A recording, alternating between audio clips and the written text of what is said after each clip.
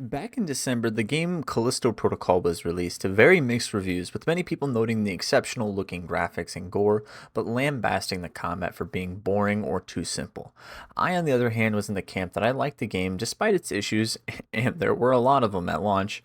The game notoriously had one of the worst stuttering issues that I've seen in a AAA level video game, and this was even for the people on the high end hardware at the time.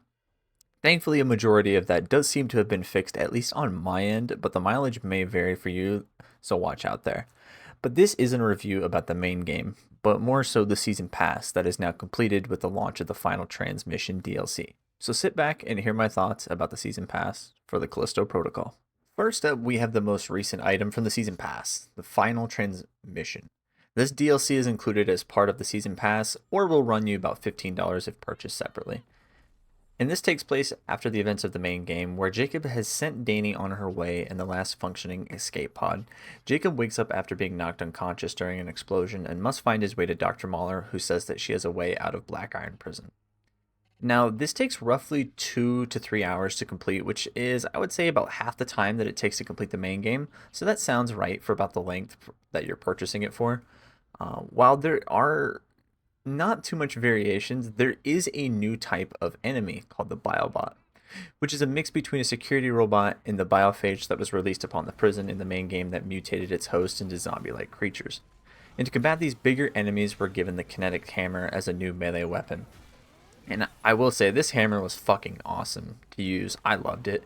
You have your standard melee attack that comes with the hammer, then you have the ability to charge up the hammer and do this ground pound attack AoE that can stun multiple enemies at once in front of you, which was nice, but also there is a little bit of a charge up, so it can have that turn on, that risk versus reward, which is really nice, but also obviously a little risky. While the DLC doesn't change much up in the gameplay aspect, you're still climbing through vents and taking a fuse from a junction box and slotting it into another. And the areas you move through sadly don't offer the ability to look around and explore, often funneling you from room to room, with maybe a side room with a few extra bullets or a hidden lore entry. And now I do want to mention these lore entries as I believe that they are very important to the DLC and the narrative that is attached to it. If you were to play the DLC, you'll notice that Jacob starts to have these little hallucinations or malfunctions with the chip in his head. And these data entries are hidden across the map, and they will help give you a little bit of insight as to why that might be causing these malfunctions or what is possibly happening with that. And the story does think that it is a little more clever than it is, but the ending twist was something that I was not really expecting at all. And speaking of the ending, I do want to talk a little bit about the ending of the DLC. So I'm going to get a little bit more spoiler here. If you don't want to see or hear anything about the ending, go ahead and skip up to this timestamp on the screen. Now that I've given you a little bit here, when you get to the hangar towards the end of the DLC where the last escape pod ship is, it's here that you notice that the ship is actually your ship from the start of the game. And it's revealed that Jacob is in fact not escaping the facility, but rather he was torn to shreds and left clinging to a thread of life. And Dr. Mahler had found what is left of his body and hooked it up to a data harvester to transfer what information Jacob had stored on his data drive to further incriminate Cole, the prison warden from the main game. And once the quote unquote final transmission of data is sent through, Jacob succumbs to his injuries, and Mahler unfortunately does die as well, with the prison collapsing around her. While this ending was not at all what I expected it to be, it was a very bleak and reminiscent ending of a movie called Source Code with Jake Gyllenhaal, which does have a very similar tone and ending, like I mentioned. I would have liked to have gotten a little bit more of Jacob's character to further delve into maybe his moral gray areas with smuggling materials in the past for the UJC. But with this DLC's ending, it unfortunately doesn't look like that's going to be happening.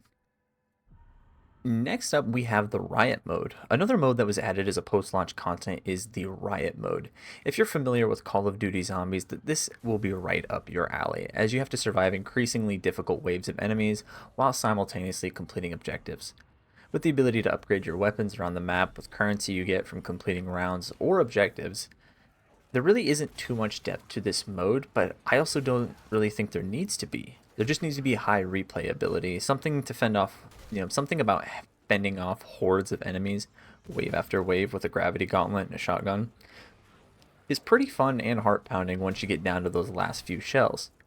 Early on, resources can be a little hard to come by as you might not have as much money, but as the rounds go on, you'll get loaded up with credits and more than enough to get yourself out for a pretty good run. With an attached leaderboard system to keep track of your best score and modifiers to either make your run harder or easier, I think this serves as a pretty solid addition if purchased as part of the season pass, but you can purchase it separately for $10 as well.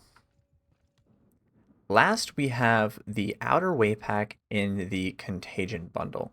Now, the Outer Way Pack is pretty self-explanatory. It is just a simple skin based on Danny's faction, the Outer Way that she led a group of.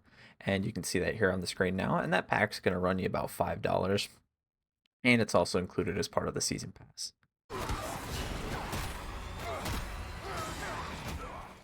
Then next up, we have the Contagion bundle, which we have here with it including sort of a grounded version of the game, a la Last of Us Part 1 and 2, with reduced ammo and health drops, customized difficulty, and a permadeath mode.